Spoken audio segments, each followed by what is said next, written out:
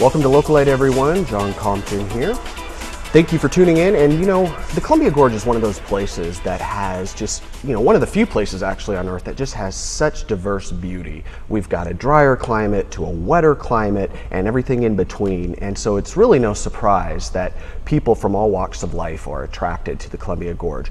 But in particular, artists are coming in more and more and setting up shop right here. And one of those artists is Laurel Marie Hagner. Laurel owns Glassometry, located in Hood River, Oregon, and she specializes in glass and metal sculpture. And so, Laurel, thanks for coming in. Pleased to be here. How you doing? I'm doing great. Good, good. Well, I want to start first with the name, Glassometry. I love it. Where did that come from? How did that come to you? Well, considering I work with glass and metal, and there's a lot of problem solving and geometry involved, it was originally a name that I gave to an artwork, and then it just seemed to fit actually 8 or 9 years later when I was ready to just settle on a name. So it was just sort of a natural progression of logical stuff that was happening. Mm-hmm. Perfect. Yeah. Well, now, at what point did you realize you were going to be interested in art to a point where it would be something you would do for a career? Well, when I was 9, I determined I wanted to own my own business. No kidding. And I was doing art at that time, and my father was a photographer and a filmmaker, and my mother was a musician, so I had a lot of support in terms of kind of following that direction, and so it was pretty early. So you kind of come from a family of artists. Definitely. Yeah. Now, you have brothers or sisters? No. No? So you're the one prodigy. Yeah. I love it. Well, let's talk about when did you think that, when you noticed that this would become a profession, and you've had some very substantial commissions, I think Nikon, which you did some sort of glass, almost like a holder or something for the binoculars? Yes. What was that like? Well, it was a display, and so I worked with their ad agency to create a package that basically we did the glass, an arched glass piece that then held a high-end pair of binoculars that went out onto the market back in 2007, I believe. So we made about 300 of those that went around the country. Really? So yeah, it was a good commercial job for an artist. Yeah, yeah. Now, do you still work with Nikon?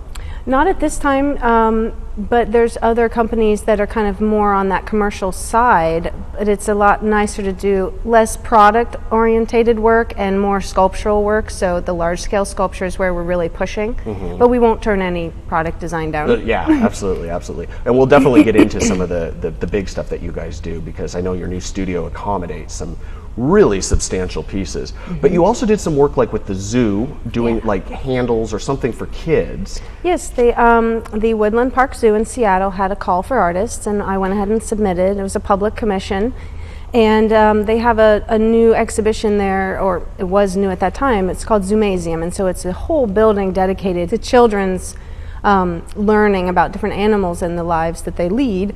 And so we did 3 different sets of cast bronze door handles with different imagery. So one has, for instance, a cocoon on one side, and then on the other side the butterfly kind of crawling out of the cocoon, and another has turtles that revolves around a program they have that is birthing small turtles that have started to become almost extinct, so they're kind of changing that that lifestyle for that species.